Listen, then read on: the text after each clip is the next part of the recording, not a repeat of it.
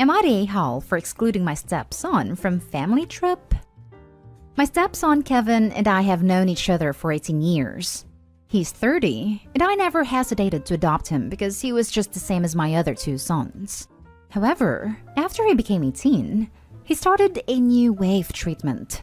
He'd constantly ask me to do things for him and tell me I'm one mistake away from him disowning me if I don't cater to his requests.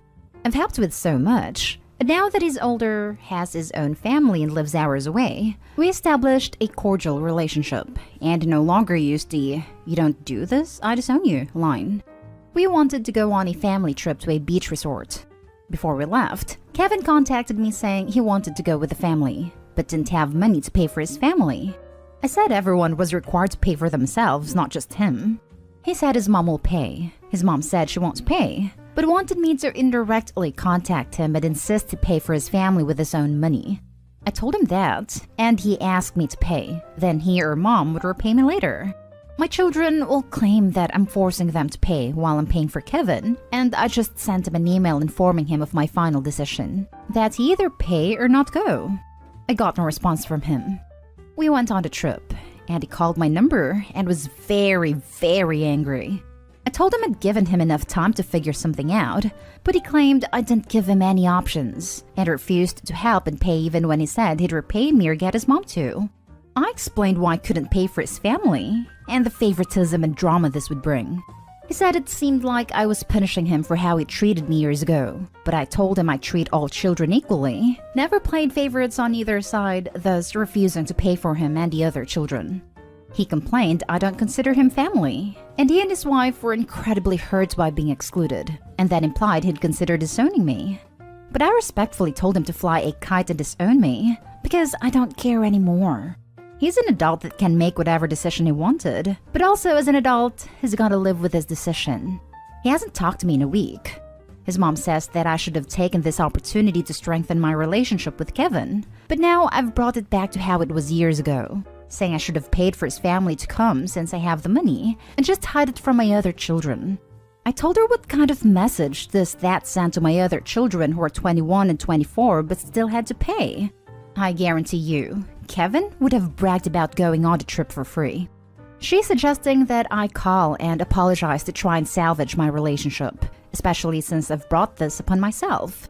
I lashed out at her asking what kind of mess up family dynamics this is, basically buying his love and acceptance for how long? I ended the conversation right then, but I keep getting told I shouldn't be surprised if Kevin cuts contact or worse. Am I the a-hole? Now for the top comments. Not the a-hole. Your wife and stepson are a doozy though. I really don't need to list why Kevin is an a-hole in this situation as it is clearly written out. Your wife, however, is in the same boat. Not only did she want you to tell him no, she then insisted you were wrong and should have paid? She cannot have her cake and eat it too. I feel like Opie's wife spoiled the stepson before she got married, and continued to enable the behavior until it turned him into a spoiled adult. Yeah, two words that should not be able to go together, spoiled and adult. Not an a-hole, but Kevin is. He's grown and you're not responsible for him or his family. If he cuts contact, you've not really lost anything. Indeed. I think I could be wrong for not giving him more options and helped him to come. But this whole trip would have turned in drama-filled situation if my sons knew I paid for Kevin to come. He's 30 years old with a family. He should be able to figure out other options that don't involve your money. His mother wasn't even going to pay for him, and both of them turned to you. Why isn't he angry with his mother for not coming up with other options? Because you are a convenient scapegoat, and you need to understand this. He will cut off contact with you until he needs something else. You will not be rid of him forever. I mean, is him going no contact really a threat, or is it a gift at this point? Also, rethink your marriage. Not a a-hole. She literally said I won't pay, then got mad dad wouldn't pay, then made him tell her son this for her? Excuse me? You are right, that absolutely would have infuriated your two kids. The favoritism would be off the chain. Seems like Kevin is used to preferential treatment, so equal treatment seems sad or oppressive. Honestly, he's a grown man. If he wanted to go on vacation, he could have saved up for it. He made his own bed, and him and his mom can sleep in it. Next story. Am I the a-hole for telling my 25 female stepsister 30 female she is a fool to think my sister 23 female would ever want a relationship with her? After my mom died, my dad remarried another woman who already had a daughter of her own. Honestly, me and my siblings weren't too keen on the idea of our dad marrying again, but it was ultimately his decision to make, so we chose to stay out of it. Our stepmom isn't that bad. We aren't close, but we don't have any bad blood between us either. Her daughter Sue, on the other hand, is an absolute nightmare. She is a spoiled and entitled brat, who for some reason would target my sister, Aurelia. Aurelia has a short temper and doesn't usually put up with anyone's BS, so she'll try her best to keep her distance from Sue because she'll drive her off the edge to the point where she snaps. I warned her multiple times that she better quit Sid, and that I don't tolerate divas like her. She wouldn't even acknowledge anything I'd say and brush it off, which would really annoy me. I don't care if she doesn't want to have a relationship with us. The least she could do is be polite. There were so many occasions where Sue would make Aurelia feel terrible. She'd call her a banshee, a Grinch, and tell her she looked like she crawled out of a graveyard. That was deeply hurtful, and it caused plenty of insecurities to come along the road for Aurelia, despite my effort to tell her that none of that was true. Sue was a tough child, and you'd literally have to waste every nerve just to get her to listen, so obviously discipline didn't do much, and they gave up on it entirely. Now Aurelia is doing great. She has moved to Australia and she lives with her boyfriend. Me and my siblings will call her on a daily basis as we are extremely close with one another. Sue has dropped out of college and lives with a friend. My stepmom and dad cut contact with her because of personal issues I won't be addressing in this post. Sue has recently tried to reach out to Aurelia, even though Aurelia has made it clear that Sue is dead to her, and their so-called relationship has dipped down a drain a long time ago. Sue wouldn't take no as an answer and turned to me for advice because apparently she doesn't see what she had done wrong to cause Aurelia to despise her so much. I replied saying that she had zero self-awareness, and I had little to no sympathy for her. She was a fool to think that Aurelia would ever want a relationship with her. I told her that she made her bed and had to lay in it. You reap what you sow after all, right? She started crying and hung up, and made a long post on Facebook about how she was seen as the screw-up, and that of course Aurelia will forever maintain her position as the golden child. Feel like an A. After all, that was a bit too harsh and overboard. But I'm not sure. Am I the a-hole? Not the a-hole. I'm not sure what she expected, but you were upfront and honest with her rather than lying. Just because you're step-siblings, you're not required to have a relationship. Not the a-hole. Sounds like she finally got the truth she needed to hear and didn't like it. Not the a-hole. Sue harassed and bullied Aurelia for years, but never felt a bit of guilt for it. Aurelia cut her out completely, which is to be expected. Sue reaches out to Aurelia and is surprised that Aurelia won't restore contact.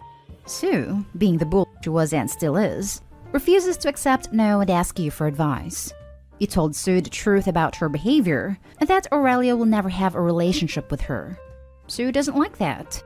Too bad. It's what she earned. Don't be Sue's Facebook friend anymore or talk to her at all. She's still toxic. Not the a-hole. You just stated the truth on the situation to her. You might have been a bit harsh, but she clearly hasn't listened in the past. It has caused this to happen. However, your stepsister right now might be dealing with a lot and feeling she's being pushed out for no reason. Maybe you should speak to her family and ask to sit her down, then tell her all the things she's done and needs to make up for. Obviously not all at once, and probably not right now. Let her calm down, and that's all I can suggest. I'm sorry for the situation you're in. Hope things get solved sooner than later for you. I've made many attempts to try and have her open up to us. Aurelia even recommended she goes to therapy for heaven's sake. However, she refused.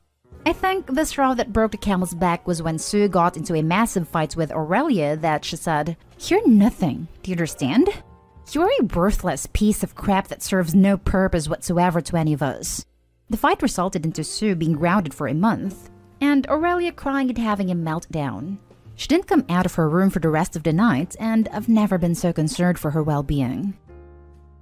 Next story is titled, Am I the a-hole for refusing to be my friend's baby's godfather after I was given a legally binding contract to sign with requirements attached? Short story is, my wife is from another country, and we met a couple in which the husband's wife is from the same country. We are great friends for almost 9 years now, done a lot together, best friends hands down. The husband has no family alive / that talks to him, and the wife obviously only has the husband as her family here in the US. Well, the wife is pregnant with a baby girl. For sake of conversation, we will call her Jane. The husband asked me if I could be Jane's godfather. To note, they are Catholic. I was honored. My friend was thrilled, and the next day, he dropped off an envelope with some papers in it. After he left, I looked and it was a legal contract that I needed to sign in order to be the godfather. Obviously, I thought it was a bit overboard, but gave it a read anyways. It has many things I must do as a godfather, such as I must go to every Catholic event in which Jane attends, such as christening, confession, confirmation, etc., which I know are normal events for a Catholic child's life. Not a big deal. Then we get into ridiculous things. I have to consider becoming Catholic. I must give a gift of at least $500 for each of these events. And on birthday / Christmas, gifts must be cash only and over $250. Oh no, it gets worse. I am expected to save at least $25,000 over Jane's 18 years and set it aside for Jane's future college tuition. Her parents will provide the rest. Seriously? The list goes on to include various things, such as being willing to cancel any plans I have if they need me to watch Jane, or if they go on vacation. Apparently Jane can't go? Many of the other things on the list were silly or not a big deal, like spending time with her once a week. I called my friend and said it was nothing personal, but there was no way I would sign it. He got mad and said I am the only family they got, and should be thankful and honored to be asked. I told him I was honored, but the rules were extreme and ridiculous, especially when it comes to the money involved. He brought up that he knows I'm godfather to a niece I have, and I send her money, which I do. I give her $100 a year. In her country, that's a ton of money. I told him there's a big difference between $100 and tens of thousands over 18 years. He essentially told me he thought I was a good guy, but it was apparent that I was selfish. He has since blocked my number and my email. His wife has too. Mind you, his wife and mine talked nearly every day. Since he ended things, I shredded the papers he gave me and left them in a bag and put it in his mailbox for him, telling him it was a shame he ruined a friendship over ridiculous demands. I told him I forgive him regardless. Lastly, I will note together this couple makes almost $200,000 a year. My wife and I make not even $35,000 a year. So, am I the a-hole for refusing to be Jane's godfather? Added information below. I should add that while I don't know what the wife's involvement in the contract was, many people that come from her country tend to be married to, let's say, wealthier men here. So they tend to live lavish lives and spend a lot on their kids. Some tend to also look down on small gifts. For example, if you don't have a Michael Kors purse, they judge you. So maybe the money thing was the wife's idea. If someone wants to spend a ton of money, that's up to them. But I don't want to spend a ton of money on a child that isn't even mine. At least not $25,000. Now for the comments. Haha, wait, you're serious? Not the a-hole. Sounds like they think you're a sucker and want to use you as a free ATM machine. They want you to pony up at least $25,000 for future college fund? No. They want you to just pay for their kid while they can spend their own money on whatever they want. True. The wife does buy a lot of expensive stuffs and is full of herself at times. Not the a-hole. Putting $25,000 away for a child's college tuition that isn't even yours is a huge ask. I've never heard of a godparent giving so much money at every event, and they really shouldn't be surprised that you didn't go through with it. Most people wouldn't be able to handle that financial burden, and they're going to learn that the hard way. I'm sorry that this situation ruined your friendship, and hopefully they'll see how much of a selfish a-hole they're being. Yeah, usually parents or the child figure out the college thing later. It isn't my problem. Not the a-hole. Holy cow! This may be a serious cultural difference, but how in the world are you supposed to save that amount of money for someone else's kid? That's just a crazy demand. And the whole thing is completely out of whack with societal norms. Putting the shredded thing in his mailbox was an a-hole move on your part, and certainly didn't help calm things down. But you are not being selfish. You are being realistic. For them to put financial demands on your family like this shows an incredible lack of awareness on their part. There is no way you could be her godfather. Not unless you want your life dictated by this rule. I remember my grandmother would give me $100 savings bonds every Christmas for my future. $25,000 though? No. I do agree shredding it wasn't the best idea. Especially if they ever decide to apologize and want to be friends again. Now for the last story. Am I the a-hole for not wanting my dad's wife to refer to me by name or as her bonus kid in interviews? Just joined Reddit to get some perspective on this. I'm 29 female and my parents divorced when I was 15. My dad remarried when I was 20, and his new wife, Laura, is a sort of famous radio profile in our country. Laura is occasionally interviewed by newspapers or other media, and she's often asked about her home and love life. Which would be normal and perfectly fine, if not for how she consistently refers to myself and my older siblings by our full names and as her bonus kids. Problem is, our last name is unique. If you meet a person with that last name, then that person is 100% related to us. We are, in short, extremely easy to find, which makes this doubly uncomfortable. I've had people contact me on Facebook asking if I know Laura, or what it's like to live with her, and all kinds of outright invasive questions. My sister has looked up the law on name changes to see if she can take our grandmother's maiden name just to avoid all of this. And I'm considering taking my fiancé's name when I get married. Laura always had a habit of acting like our mom, which is frustrating and annoying at best, and downright insulting at worst, since our mom is very much alive and in our lives. My sister and I always said we were uncomfortable with that, and Laura never listened. After the first interview, we told her also that we didn't want to be referred to as her bonus kids, because we're adults and don't like to be referred to like we're kids. Laura still doesn't listen, and I'm fed up. I've moved to a different country fairly recently, and I've stopped talking to Laura at all. I still talk to my dad, and he has been reproachful about how I won't talk to his wife. I've told him that if she stops mentioning our names in interviews and stops acting like we're her 10-year-old babies, I'll talk to her. It's not unreasonable to not want my privacy broken, and I don't really feel guilty. But am I the a-hole for not wanting her to keep doing this or for not talking to her? Not the a-hole.